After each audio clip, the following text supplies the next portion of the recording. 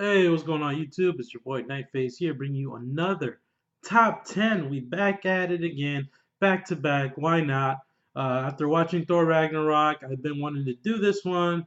I did DC first, so now we're into the top 10 best favorite Marvel films that I own in my collection. So it's my personal opinion. You guys can go ahead and post your top 10. That'd be interesting to see in the comments below. So definitely let me know what your top 10 is. But yeah, we're diving into the Marvel movies. It doesn't necessarily need to be just MCU. This could be just Marvel movies in general that just have come out for the past, what, like almost 2 decades now. So yeah, we're gonna get right into it. No honorable mentions, so I was very confident with this top 10 easily. And yeah, so number 10 is Deadpool. Deadpool. Hope you got your brown pants on. This guy's got the right idea. Oh man, this movie right here. Wow, it raised the bar. Interesting. Now that we're talking about Deadpool, Disney wants to buy the rights to 20th Century Fox, and that's a little bit troublesome. It kind of worries me because I don't want Disney to kind of water down 20th Century Fox with the winning streak they have going for them with the R-rated Marvel formulas because if they do buy 20th Century Fox, Kevin Feige in charge of MCU, I don't want them to just disband the rated R Marvel movies that have been coming out. So yes, I'm a little worried, but at the same time, I'm gonna keep a optimistic um, head open because it's like it could go both ways. They could stick to that formula, or they could make it like the Marvel Cinematic Universe, which I don't want personally, because then we won't get brilliant films like Deadpool, which took a huge risk, and I really appreciate this film for that. In that aspect alone, Ryan Reynolds just killed it. I mean, there was so much hype going around this movie, especially when Ryan Reynolds did that like teaser of him dropping into the car, and we got to see the full scene here, the full sequence, and just kicking ass. It just, my God, Ryan Reynolds was born for this role. He was born for this role, people, and he straight up crushes it. Just so many hilarious, just that black dark sense of humor that we all like. I mean, him cutting his own severed hand just to get away, and then having it like having it shrunk like a baby's, like a toddler's little hand. It was so funny, hilarious. Great characters here. What's that one guy's name from Silicon Valley is here? This dude is hilarious. T.J. Miller. You got Gina Carano here. You got. It's just so much fun to be had with this film. Just that raunchy sense of humor.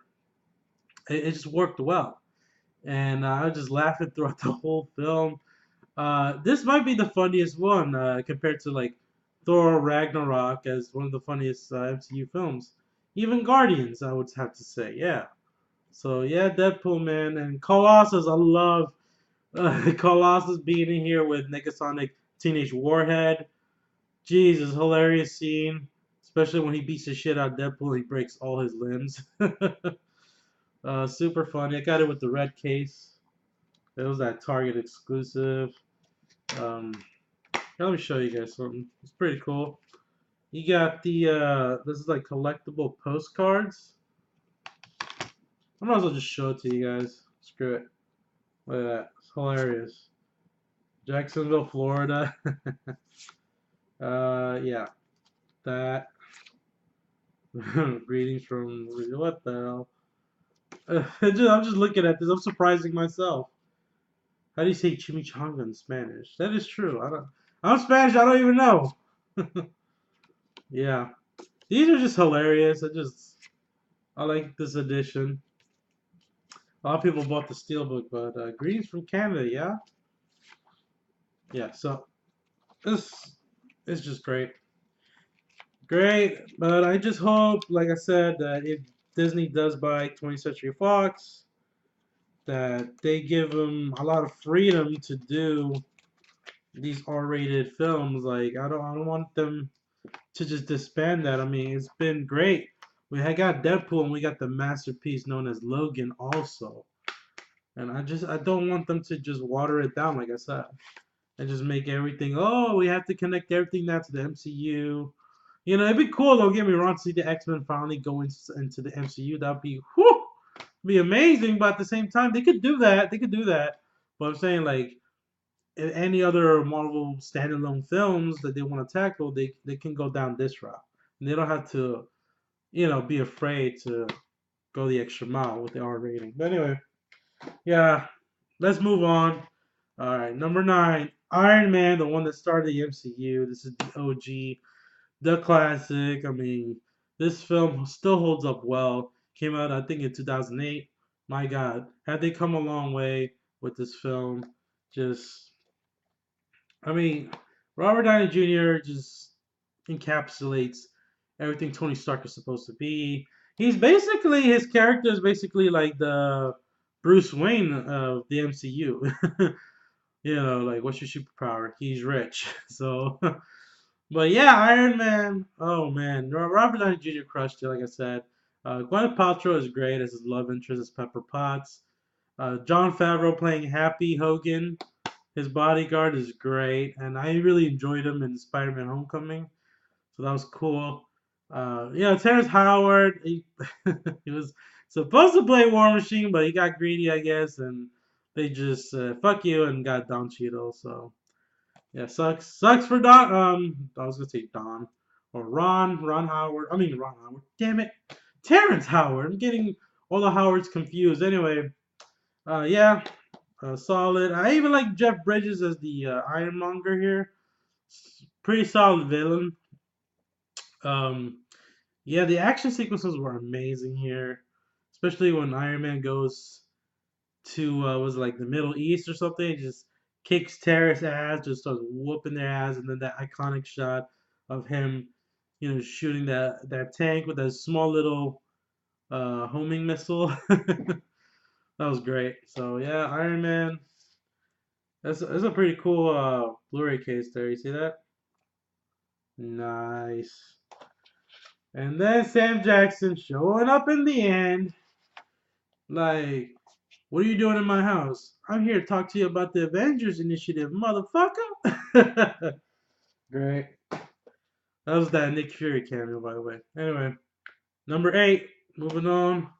We got Spider-Man 2. What? No Spider-Man Homecoming? Sorry, no. Because this is my favorite Spider-Man movie till this day. I would say Homecoming will be through number 3 or number 2 of my favorite Spider-Man films. But this just still holds up. I remember seeing this in the movie theater and just being blown away. My entire family saw this. They were already hooked by the first Sam Raimi Spider-Man with Tobey Maguire. And the second one just blew our minds. Like back in, I think it was 2004 this came out. Holy crap, I think it was. Yeah. Yeah, so Alfred Molina as Doc Ock was amazing. We got J.K. Simmons as J. Jonah Jameson. I mean, he's so good. I mean, he just chews up the scenery. And we just got more progression with Tobey Maguire's Spider-Man. Everything just felt more grand scale in this film compared to the original. And I liked Willem Dafoe as the Green Goblin, but man, Doc Ock was just great. I like that sequence in the hospital. It was like something out of a horror movie where his tentacles are just grabbing people and just maiming them, and just it was crazy, man. I really enjoyed that sequence, and of course the troubled relationship with Harry Osborn, played by James Franco, fantastically, and then that reveal in the end, when he finds out that you know who his father really was, and it just sets up, number 3, like, oh man, but then Spider-Man 3 turned out to be disappointing, unfortunately, but hey, that's okay. We still got Spider-Man 2. I really, really enjoy this one till this day. It is my most rewatchable Marvel film to date. It's just so damn good. Yeah, I respect Toby. I mean, a lot of people give him shit just because of that dance sequence. But I'm pretty sure that wasn't his fucking idea. Even though it was a fucking terrible idea, but yeah, everyone gives him shit ever since he went emo to the dance sequence in Spider-Man 3, and everybody just seemed to forgot how great Tobey Maguire was in this role, and the charisma he lent to this, and the charm, and just like yeah, he looked like an older Peter Parker. I understand, and Tom Holland's portrayal of Peter Parker is more accurate since he's in high school, and he doesn't look the age, so especially now. But still, man, I give him props, man. It's just I really enjoy this one to this day. So yeah, Spider-Man 2. Okay. X-Men 2, X-Men United at number 7. So, number 7, yeah. Man, this film, and this came out before Spider-Man 2, I believe. When did this one come out? Holy crap, 2000 what? 2002?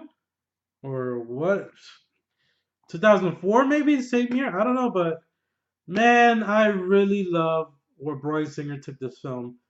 And we explore more of Wolverine's background.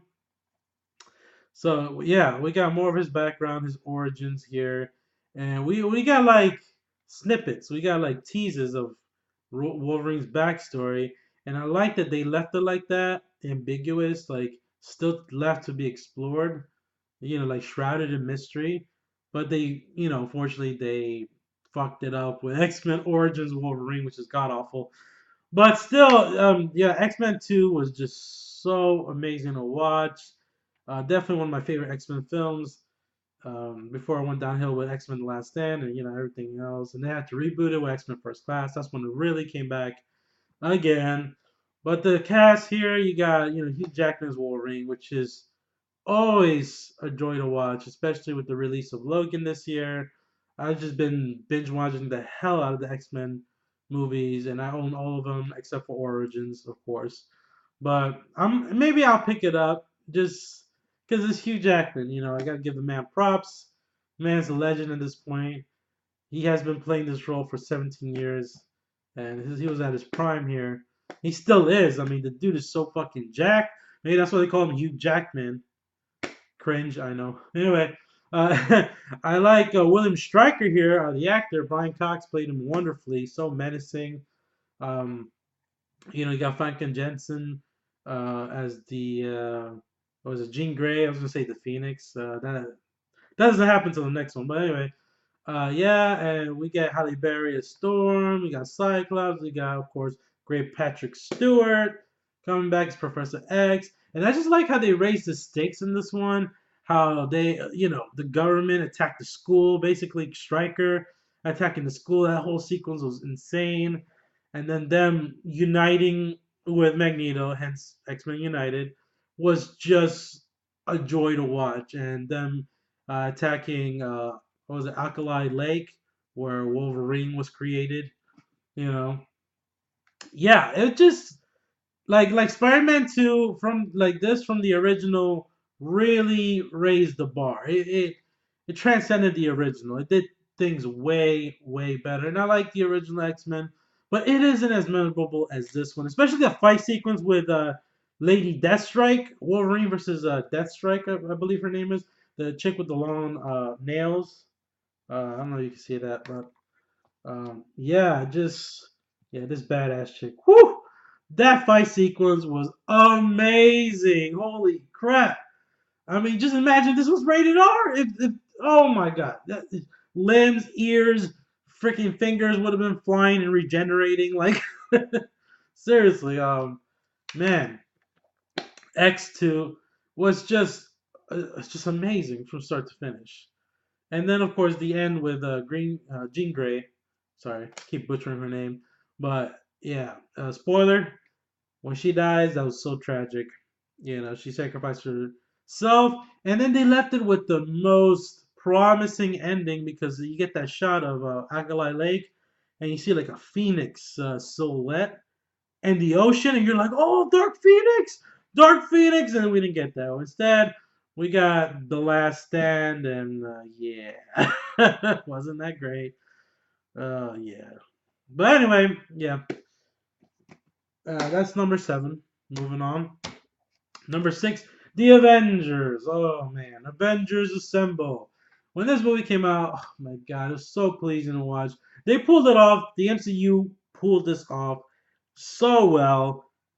I mean, God, it's just such a joy to watch, man. Until this day, just you got Hulk. Mark Ruffalo's Incredible Hulk was great. I mean, Edward Norton did a good job, but I feel like Mark Ruffalo really excelled the role and really nailed Bruce Banner. Man, it just seeing them all together. You got Thor, Captain America. You got the all-star team here. Was just it was a nerd's dream come true. It really was. Them fighting the Chitari or whatever they're called, and then Loki. Loki was so menacing here. I really enjoyed Tom Hiddleston's performance here. It was great them all battling him. They all like took turns taking shot at Loki until Hulk just sealed the deal. That was the oh my god, just oh, purity god. Love it. Just they really hit the home run with this one. So pleasing to watch. So rewatchable. I can rewatch this anytime. I just pop this in, big smile on my face, and just watch some of my favorite superheroes of all time just join together and kick ass. Love it.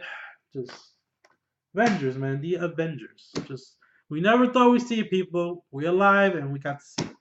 So yeah, all right. Top 5 coming at you. All right, here we go. With number 5. Number 5 would have to be Guardians of the Galaxy. I just really enjoyed this one. I was not expecting to really love this one as much as I did, but holy crap. Chris Pratt as Star Lord, Zoe Saldana as Gamora, Batista as Drax. What? Just, Bradley Cooper voicing Rocket and Vin Diesel as I Am Groot. Just everything worked. This could have came off easily, just cheesy, just god awful, and whatever, but it didn't. It just worked so well. Just a funny ass epic space opera adventure film. Just anybody could watch this. It's a film for everybody. Seriously, it just worked so damn well. I even like the villain in here. How I like how this film really connects itself to Thanos, and was not expecting that, and boom. So yeah, so many funny one-liners with Drax. He's like, nothing ever goes over my head. I will catch it because my reflexes are too fast. Or it's like, yeah, I'm gonna have to take that from the walking thesaurus. Don't ever call me a thesaurus. just yeah, just oh my god, they're just a great team. I love it. I love it to death. Just man, I even enjoy Volume 2, but this one is still the best one. So yeah, all right, guys. Wow. All right, number 4. These 4 from here on out, just the best. Just the best. I mean, these are great. Don't get me wrong, but these are like, oh my god, just the best. Anyway, we got Captain America Civil War at number 4, people. Look at that freaking steelbook. I love that. Just an amazing steelbook. Iron Man's mask and Cap shield. Look at that. Just badass. Look at that. Just let me show you. Look at that. This is what all was led up to. And a lot of people complained that, oh, it wasn't really like Civil War. We just got the airport sequence. But still, who gives a shit? The airport sequence was just mind blowing and orgasmic. Ah, thank the gods for that sequence. And we got introduced to Tom Holland's Spider-Man, who won me over instantly. Like, hey guys, like, what? It just was so cool. And then what else? There's Black Panther in here won me over as well. It just they did the impossible, introducing new characters and having us really care for them, really like them, and just really understand them right off the bat. They started building character development right away, and it really worked. T'Challa, I like his motivations in this film. Him going after Winter Soldier, thinking that he killed his father, and I like that redemption, like in towards the end, when he finds out that it was that one dude, that one forgettable. That's my only complaint about this film, is the forgettable villain here that pretty much started the Civil War. Yeah, that one guy. But man, just that sequence when he didn't let him kill himself. He's like, no, we're not done with you yet. You know, like he could have easily killed him, but he's not, and he didn't. And that just makes him live up to his name as a great leader, a great king. And I can't wait for Black Panther.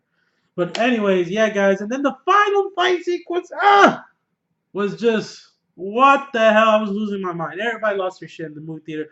That triple threat match, sorry, between Iron Man, Cap, and Bucky. What the hell? So much emotion. I was Team Cap. Believe me, I was Team Cap through and through.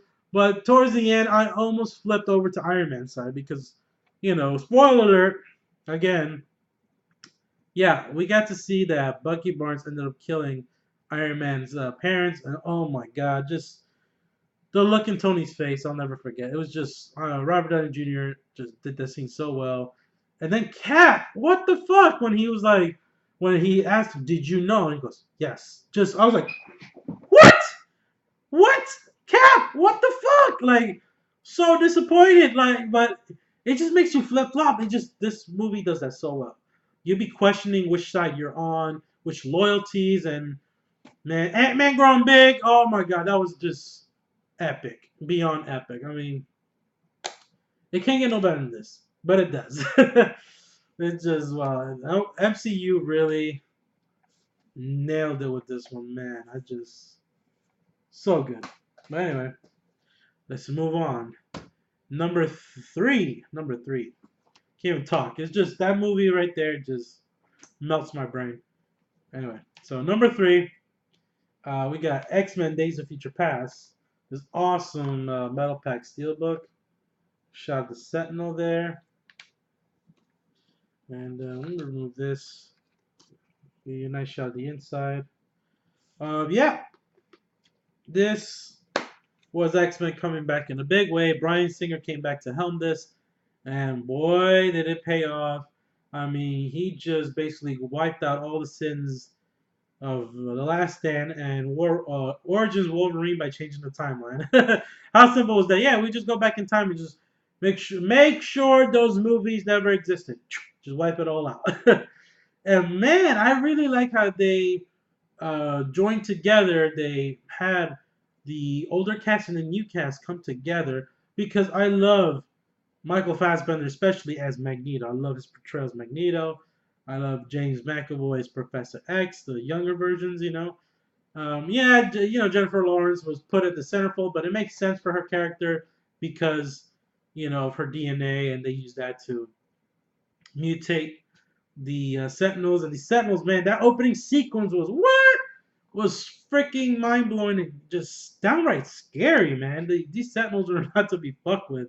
I mean, they made short work of Iceman and everybody. Just wow, they're just an unstoppable force, man. And I like how they blend those shots in. The editing was great here too. They blend the futuristic action sequences with what's going on in the past too. Was like what?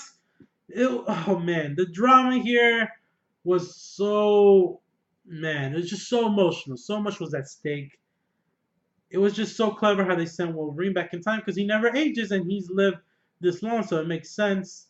Instead of sending that one guy that was originally the main character in the original comic book storyline of Days of Future Past.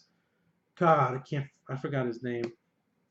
Um, yeah, but man, this film right here was so good from start to finish. Really enjoyed this one. One of my favorite X-Men films. One of my favorite. So yeah, number three. Number two. Oh man, this film. I saw it in Cinemark XD. They're like one of the biggest stadium fucking theaters there is. And it was quite an experience. I'll never forget it. Me and my dad were just constantly blown away by this movie. Captain America Civil War with that custom Sam Jackson, because Sam is the man, motherfucker. Slipcover. They got this custom slipcover here. Man, this film, best MCU film, The Winter Soldier. That fight sequence between Cap and Winter Soldier, he's just like with the fucking with the knife. Oh my God, that was just that. Oh, that was everything. And then when Cap threw his shield and freaking Winter Soldier caught it and said, "No, bitch, you can have it back." Like Come on, what more do I need to say? Just everybody in this film just blew me away with the performances. Chris Evans really grew into this role. He is Captain America from here on out. Like, my God, he earned his stars and stripes in this film. He really did. I just like how they combine like action, suspense, and like espionage. Like, this was like a spy thriller. It was crazy. Even Robert Redford was in this. Whoa, and I liked his performance as well. With Hydra, sneakily taking over Shield, like behind the scenes, you didn't even know, and it's been developing over time. It was just blew my mind.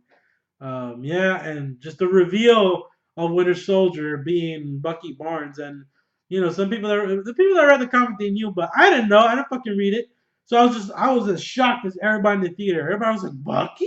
A lot of people was like, "Whoop!"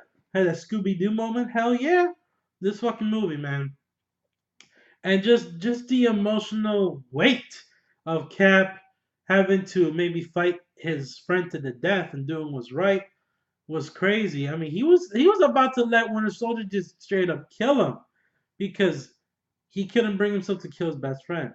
He's like, I'm with you to the end of the line. Oh man, just great movie. Just Cap is the man. This my favorite Avenger, honestly, was Captain America.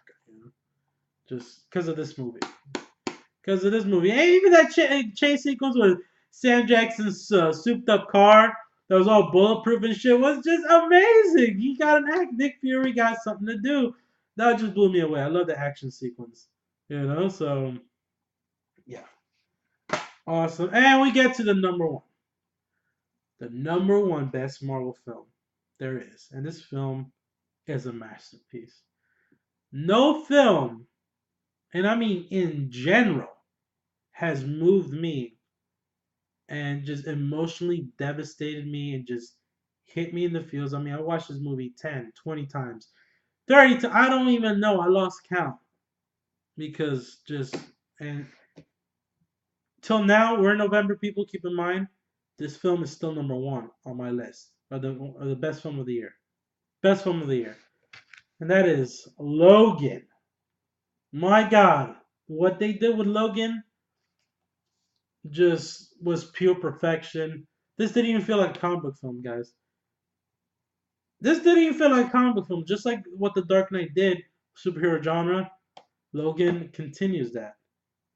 Respectfully takes the mantle and the torch from The Dark Knight and says, I got this. I got this, fam. Because this was more about like a character study. It's more personal and intimate. And you just get just a great exploration. You journey. You go on this journey with Logan, with Hugh Jackman, all weary, down, cynical, just tired, and just ready to call it quits. Just on the end of his rope, and it's just mesmerizing in every sense of the word to watch. It really hit me hard. I was not just talking about it. Really, it gets to me, guys. It really does. I can't praise this movie enough. And if the Academy Awards do not nominate this film, do not nominate Jackman, Stewart, even Daphne King as the wonderful X-23 does not nominate this for Best Picture or Best Director for God, I can't believe I forgot his name, James Mangold. Then the Academies are even worth watching. It's a fucking travesty because this film had an independent feel to it. It didn't have to connect itself to the X-Men universe. It didn't have to do none of that shit. It just stand on its own and said, look, we're going to tell you a story about one man's journey, about what he's going through, and to see if there's redemption at the end of the road, And just, oh my God, I love that. I love this movie, how it took that risk. It just not by being R-rated, just by ending this amazing character who was fully fleshed out, who we've grown and loved for like almost the past 2 decades. It's almost been 2 decades. It's been like 17 years. Jackman has been playing Wolverine since 2000, people, in the original X-Men movie. And to see his role come to a beautiful yet tragic end, just wow. It left me speechless. I was floored. Let's talk about it. We're gonna get to spoilers. If you haven't seen this movie, go watch it now. Seriously, you owe yourself to experience this masterpiece. So let's just talk about the sequence that got me was with Laura, his daughter. You know, man, just thinking about it, it really gets to me, guys. Just Hugh Jackman's acting in this scene and her acting was just the best acting I've seen all year. Seriously, it was. And it was so moving. His last words to her, where he's like, he's basically telling her like, don't, don't, don't become like, basically, don't become what they want you to become. Like, don't be like him, And then her saying, just, oh, it just ruined me, guys. It destroyed me. And then her quoting that the Shane movie that was referenced in this film, that old Western classic. There's too much killing or something like that. Oh God, I gotta rewatch it. I know. How dare you? You say you watched this movie so many times, you're supposed to remember it. But yeah, that whole sequence where she, you know, talks in Logan's grave, just rephrasing Shane was it just hit me, guys. And then her turning the cross into an X, that was it. And then the Johnny Cash song at the end, when the man comes around. Dun, dun, just, oh my God. I literally sat in the movie theater, bawling my eyes out, just in a state of shock in a state of shock and wonder. Just, wow. Wow. And I did not feel like that ever since I watched The Dark Knight. And The Dark Knight, as emotionally moving as it was, did not hit me real hard like this movie did. Like Logan, man, I love this movie so much. I'm definitely gonna get a Logan poster soon. You'll see it in my back wall. But yeah, guys, this probably my number one favorite superhero film of all time. Yes, more than The Dark Knight. It really is. It's just I loved it. And Logan just did the most sacrificial thing. He basically displayed one of the most courageous acts of sacrifice by redeeming himself, going out there to save those kids, those mutant kids, and his daughter, because that's the last shred of hope of goodness he has left in this world. And just, everything worked in this movie. So I could go on and on. Him fighting the clone of himself worked for me. That was just a brutal scene when X-24, that clone of Wolverine, murdered that family. Was shocking and really pushed the envelope. I was not expecting the entire family to get slaughtered. It was like watching a horror film. And then also Professor X, just oh God, and then him having to tell Professor X it wasn't me. Just oh man, just really hits you hard. I can understand why people can't rewatch this as much, or they don't want to, or don't praise it enough because it's very depressing, harrowing, dark film. But you just gotta respect it and appreciate what they did with this movie. It just blew me away. Masterpiece, a masterpiece. Logan is the man. Anyway, yeah, guys, that's it. Hit the 33-minute mark. Holy crap. Yeah, that's my top 10 favorite Marvel films in my collection. Post your comments. Let me know what you thought about these choices. Again, post your top 10 favorite Marvel films. Let me know. I'm curious to hear what your selections are, guys.